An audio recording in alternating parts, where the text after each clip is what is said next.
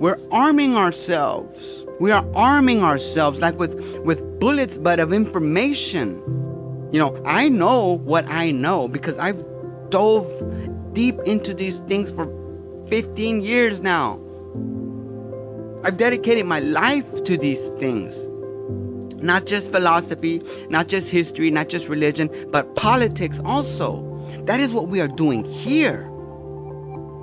I don't have to come here every day and talk about Ocasio-Cortez or the Senate or whatever. I could come here and talk about you and what we can do to better ourselves. Because when you better yourself, everything around you changes. But it changes incrementally in little bits and pieces. But you have to do the work. You want your neighborhood to change? You have to change.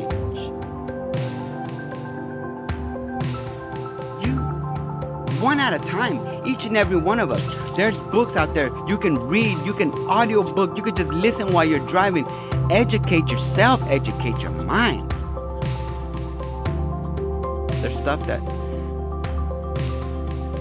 the powers that be don't want you to know. They rather you be ignorant. They need you to be ignorant. Because an educated populace, a well-educated populace, is hard to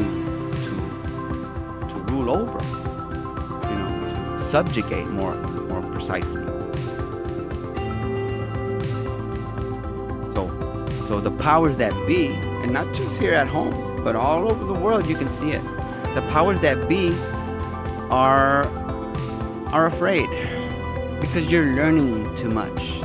You're asking too many questions. And you can't have that. They can't have that. Stuff that's out there, people think is wisdom, but it's actually poison, vile.